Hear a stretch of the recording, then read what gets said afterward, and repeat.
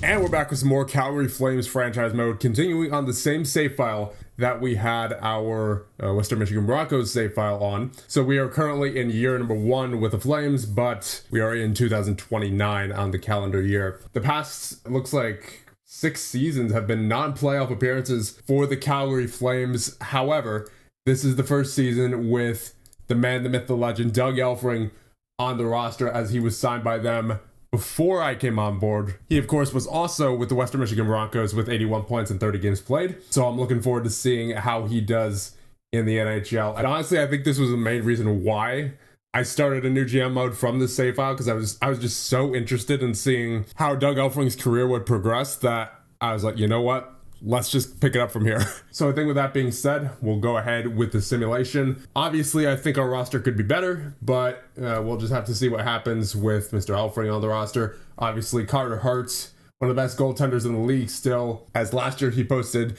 a .923 save percentage. So with that, let's get underway. All right, we're on January 1st, roughly halfway through the season now. We are 26, 18-2 for 54 points, third in the Pacific Division. So better than I thought for sure. Let's check the mid-season stats. So leading our team is Logan Stankoven with 44 points in 46 games played. Then you have Brisson with 37, Coronado with 35, Bernier with 34, Byram with 30, Martin with 27, Elfring with 23 in his rookie campaign. So half a point per game so far. Obviously, he's not going to be as dominant in the NHL right away as he was in the NCAA, but that's fine with me. He's still growing. In fact, I think he had getting open grow just this past month up to a 17. So he's getting better for sure. And he's also contributing defensively, if I'm not mistaken. Yeah, his defensive grade is pretty good, up there at a 69. And obviously, given his defensive ratings, it honestly doesn't surprise me that defense is better than offense for him at the moment, at least in terms of how he simulates. Then you have Hannafin with 22, 21 for Michaud and Crystal, 19 for Emery, 18 for Beecher, 16 for Harrington, 14 for Stromgren, 13 for Martin and Villanueva, 9 for McNeil, 6 for Corbet and Mangiapane, 3 for Ertel, and none for Person in 18 games played. And in goal, you have Carter Hart with a 909 in 38 games played. And in 10 games played for Gage Alexander, you have a 937. So pretty good backup right there. So overall, it could be better, but I also can't complain. Given Calgary's standing in the league recently, this is definitely a good improvement. I would like to see Elfring getting some more offense there, but you know, it's only his first season. Still got plenty of time to develop his offense. And now look at the team stats, and then we'll get to the trade deadline. So goals for per game, we are 14th in the league with a 3.2, and goals against, we are 8th in the league with a 2.87. Face-offs, 12th in the league with a 50.5. Power play, we are 8th with a 22.1, and the penalty kill, we are 2nd with an 84.2. All right, so with that out of the way, I think we'll get to the trade deadline at minimum. If not just the trade deadline, then we'll get straight to the end of the season. All right, so we are at March 1st now, around the trade deadline. We are currently 35, 23, and 5, 75 points, third in the Pacific Division. I think if nothing else, I at the very least want to try trading Uyghur once more. I don't think it'll happen just because of his contract and the fact that he's in the AHL, but can't hurt to try.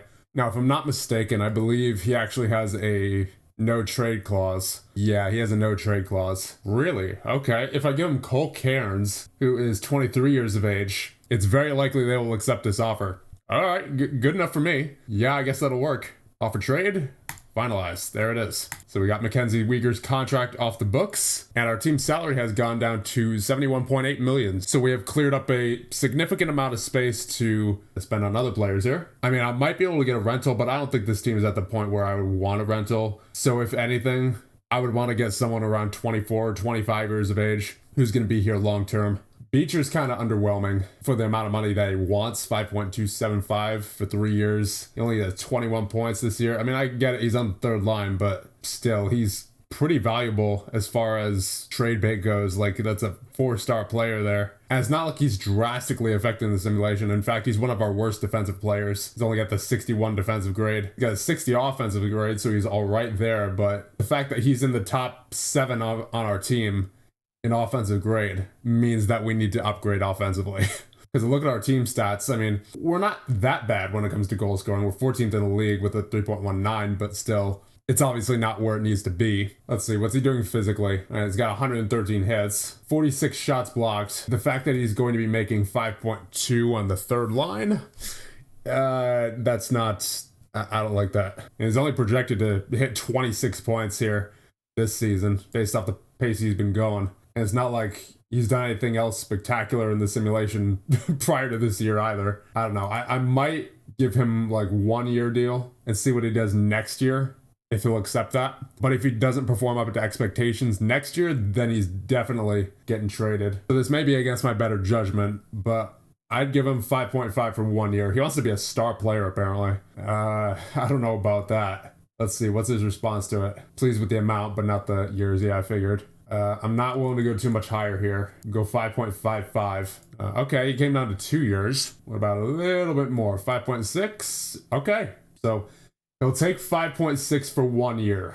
Yeah, I mean, I'll do it. It was my offer after all, but still, I would like to see much more out of him next season offensively. The only reason I gave him that offer is because he's a 4-star player, but he's certainly not playing like it right now. And if we ever need to clear up cap space, he's definitely the first one out. Ooh, actually, I know who's going to be out of here. Andrew Mangiapane. Only 6 points in 36 games played so far on a, what is that? $6.15 million contract for the next 3 years at 33 years of age? No, thank you.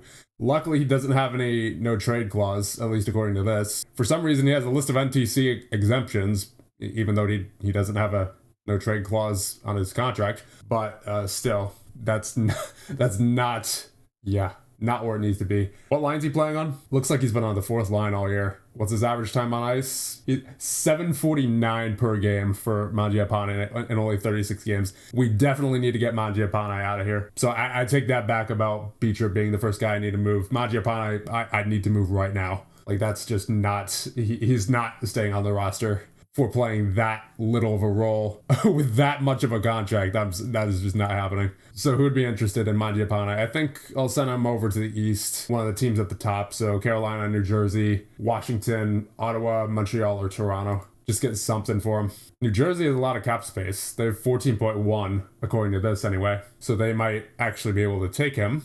As expected, I'm having a pretty rotten time trying to trade Mangiapane, because he's pretty clearly not worth his value, at least in terms of offensive production. So at this point, I think I'll just shop player and see what I can get. Probably nothing. Trade proposal from the Minnesota Wild, Jake Wallman. I mean, it's not great, but what it does do, it gets the contract off our hands. You know, because I'm not keeping around a 33-year-old Andrew Mangiapane who's making over $6 million for the next 3 years for 6 points per season. That is just not happening. So as much as it sucks that I can't get more value for him, being that he's a 2.5-star player, but he is certainly not playing like a 2.5-star player right now. So I would rather just have that cap space freed up. And Wallman's contract's not that big of a deal. So I think we will complete this trade. So there you go. That is 2 anchor contracts off the books now. I think with that, I am done at the trade deadline, and I think we'll just move on through the rest of the season here. And just like that, we have finished year number 1 with these Calgary Flames. We are 47, 28, and 7 on the regular season for 3rd in the Pacific Division. I mean, compared to previous seasons for Calgary, that's not bad, especially for our first season here. But those trades of getting Mangiapane and Uyghur out of here, specifically Mangiapane, who was barely doing anything, making $6 million. I think that was a classic case of addition by subtraction, because after that trade, we went on a pretty good run. I think the trade was on March 1st.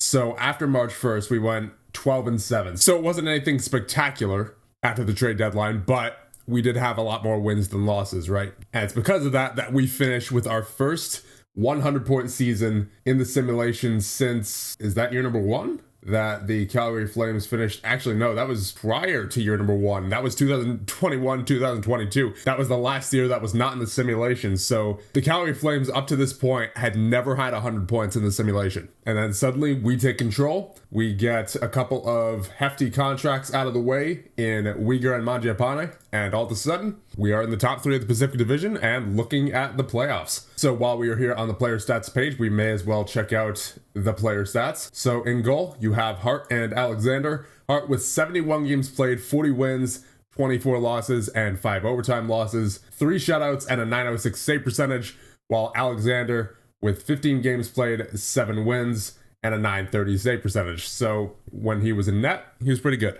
Good to have a reliable backup like that. Now in defense, you have Bernier with a 50-point season in 82 games played, Byram with 44, 37 for Hannafin, 33 for Emery, 24 for Martin, 20 for McNeil, 12 for Corbet, and 2 for Wallman in 11 games played. And at forward, you have Stenkoven with 74 points, leads our team in points. Then you have Brisson with 71, Coronado with 63, 44 for Martin, 43 for Elfring in his first season in the NHL. Not where I expected him to be, honestly. I expected a little bit more offensively, but still pretty solid first season for him, and I only expect his offense to get better from here on out. Obviously, he went straight from college to the NHL, so I can't say I'm all too surprised at that result, but just given his performance last year in the NCAA, I guess I got my hopes up a little too soon, but that's okay. Everyone grows at their own rate. And besides that, even if he's not scoring, he's excellent defensively,